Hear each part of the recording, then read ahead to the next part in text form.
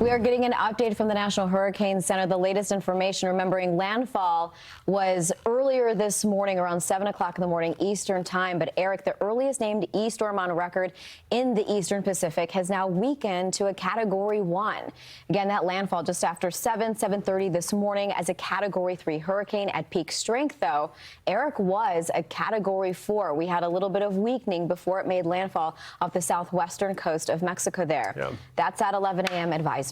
Yeah, the significance to this is that it's the earliest major hurricane to make landfall in recorded history, whether that be the Pacific side or the Atlantic side of and for the country of Mexico. It's still producing some significant impacts. I mean, I know it's down to a Category 1. This is when the story becomes less its intensity and more about the impacts that we're seeing along the coastline. The lingering, even degrading storm that will continue to dump quite a bit of rain in this part of Mexico over the state of Oaxaca. Landfall was on the extreme western side of Oaxaca, but into the state of Guerrero, which is where Acapulco is.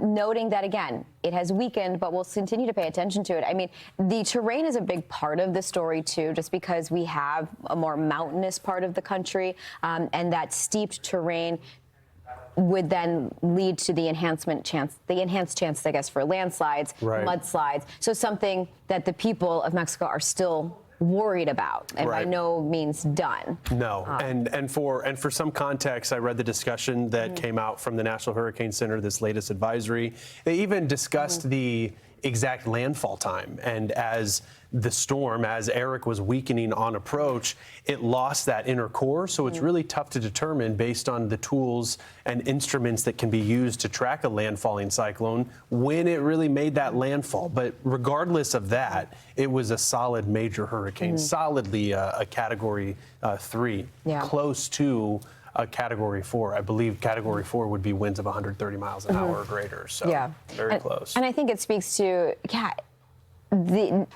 while you don't know the exact time of the landfall, I think also you can think about it not so technically, but landfall is a process that just takes time. Yeah, right. And is, in this case, could be very drawn out. I think the story with Erick, there's a lot of stories. It was the earliest named E-storm that we've had. Its strength, as you mentioned, is very notable for both basins, but also the rapid intensification we saw with it. You know, it was a tropical depression Monday night, and then 48 hours later, achieving Cat 4 and status. you may have heard this or already said this, but I was reading the discussion as you were talking. But there was a 10-inch report of rain in El Marquez, that's in Oaxaca. So the discussion mentioning that we've had at least one 10-inch report. Keep in mind, getting info, even getting images, pictures in this part of Mexico. One of the cameras that we've used has gone offline, but 10 inches with additional heavy rain expected through tonight. So it's possible we could see some storm totals associated with Erick, maybe approach that 1.5 to 2 feet before it's all said and done. Because by the looks of it, it's not moved much after reaching shore. You know? No, and I think paying attention to the rain, and hopefully we'll get some images, and I think as news entities collect video and reports, we'll be able to bring that to you. But hurricane force winds, especially in gusts, will continue for at least a couple more hours in those warning areas.